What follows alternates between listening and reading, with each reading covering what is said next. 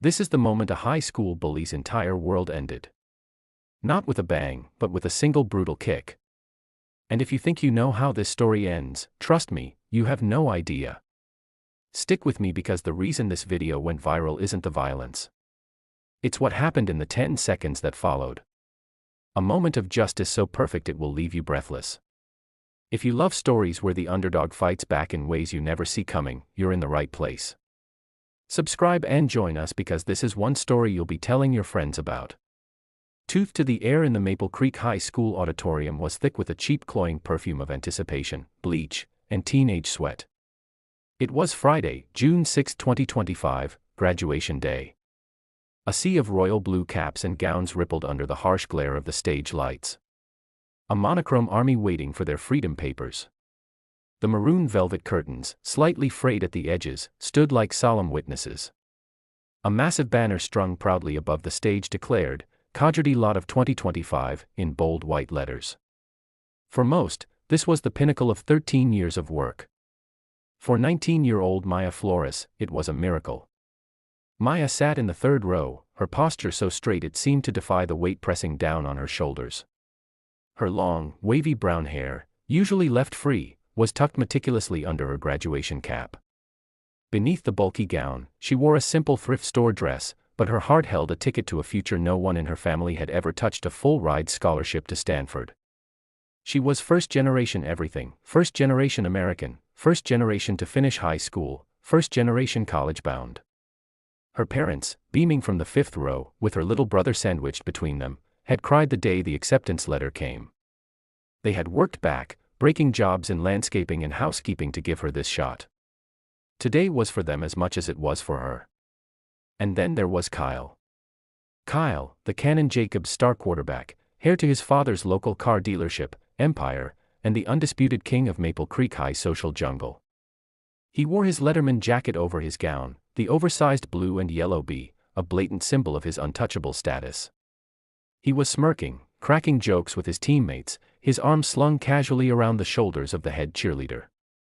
To Kyle, this ceremony was a coronation, a brief, boring interlude before a summer of parties and a fall at a state school where he'd been guaranteed a spot on the team, no questions asked. Mia and Kyle's worlds had collided just 3 months earlier.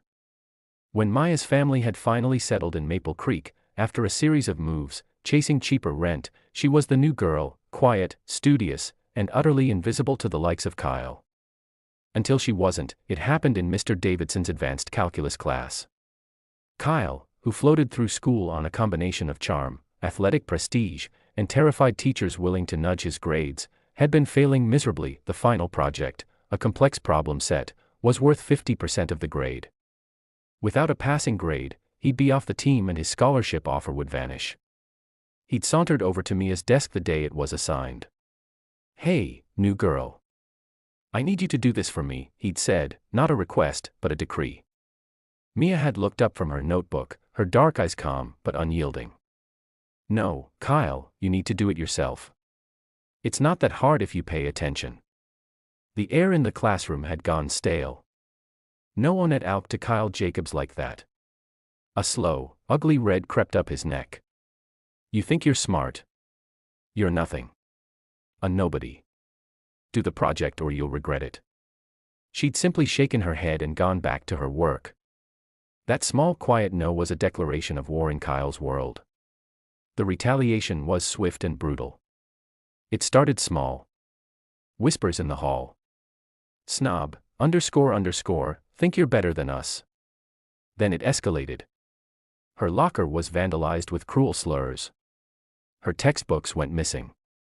A particularly vicious rumor that she had slept with a teacher for her grades spread through the school like a digital wildfire fanned by Kyle and his followers.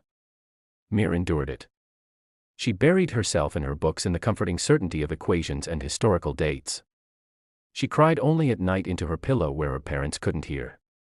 She was so close to the finish line. She just had to make it to graduation.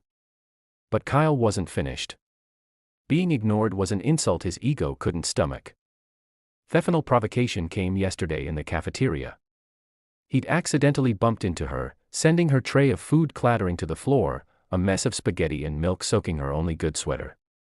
The entire lunchroom had erupted in laughter. As she knelt, humiliated, trying to scoop the mess onto the tray, he leaned down and hissed, his voice a venomous whisper only she could hear. "You ruined my life. Tomorrow at graduation, everyone will finally see you for the trash you are." Though back in the auditorium, the ceremony droned on. The principal, a well-meaning but perpetually wary man named Mr. Henderson, gave a speech about reaching for the stars and the bonds that last a lifetime.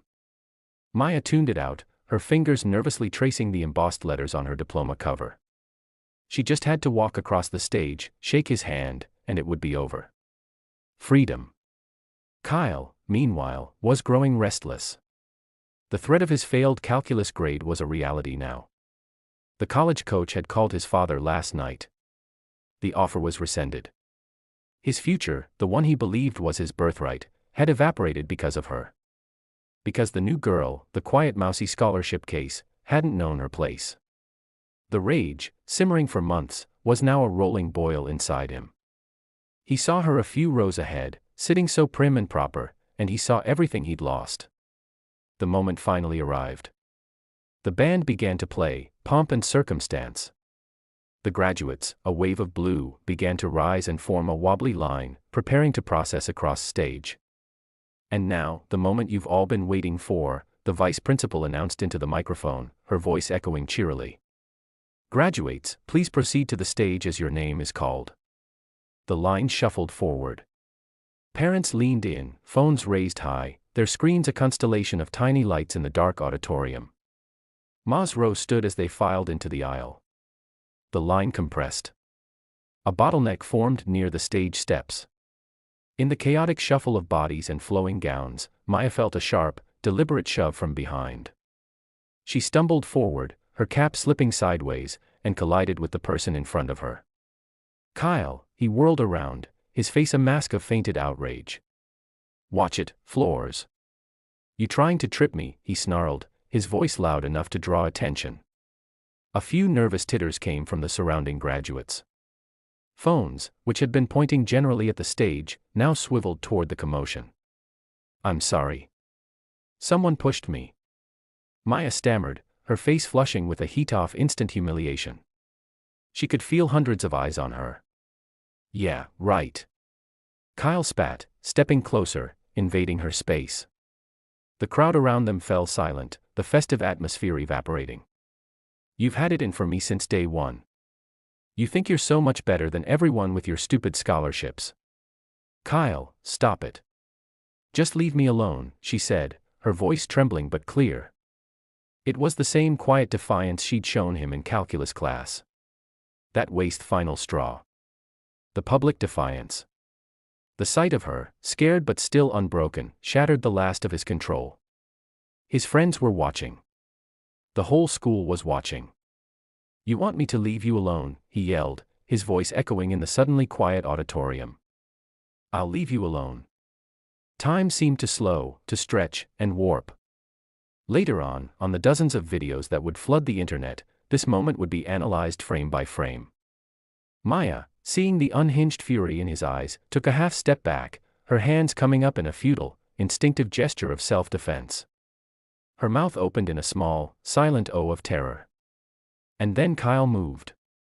It wasn't a punch. It was something far more brutal, far more demeaning. Drawing his leg back like the athlete he was, he aimed a vicious full-force kick directly at her face. The connection was sickening. A sharp wet crack that was unmistakably the sound of bone and flesh meeting violence. A collective, horrified gasp sucked all the air out of the room. Ma's head snapped back. A spray of crimson blood poured through the spotlight's glare. Her scream was cut short as she crumpled to the polished wooden stage floor. A broken doll and a blue gown.